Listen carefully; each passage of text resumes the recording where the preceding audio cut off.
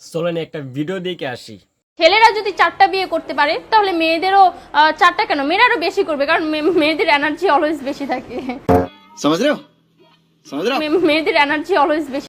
ছেলেরা যদি 4টে বিয়ে করতে পারে তাহলে মেয়েরা পারবে না কেন? অবশ্যই পারবে, কারণ নারী পুরুষ সমান অধিকার। আর আমরা যদি একটা কথা চিন্তা করি তাহলে মেয়েদের চেইন কোনো কাজে লাগে না। চেইন খুলে মোতার অধিকার তো তাদেরও আছে। মালে আসেন, একটা চাবি দিয়ে যদি 4টে তালা খুল হয় তারে বলে মাস্টার কি, আর একটা তালা যদি 4টা চাবি দিয়ে খুলে তারে বলে খাঙ্কি। ধরেন আপনি 4টে ইঁদুর পালেন আর আপনি গর্ত আছে একটা, তখন আপনি কি করবেন? আর বাইরে প্রচুর বৃষ্টি, তখন তো 4টে ইঁদুর একটা গর্তের মধ্যে আসবে না। ধরলাম উপরে নিচে মিলিয়ে আরো 2টা আছে, তখন 4 নাম্বার ইঁদুরটা কোথায় যাবো? নাক দিয়া না মুখ দিয়া?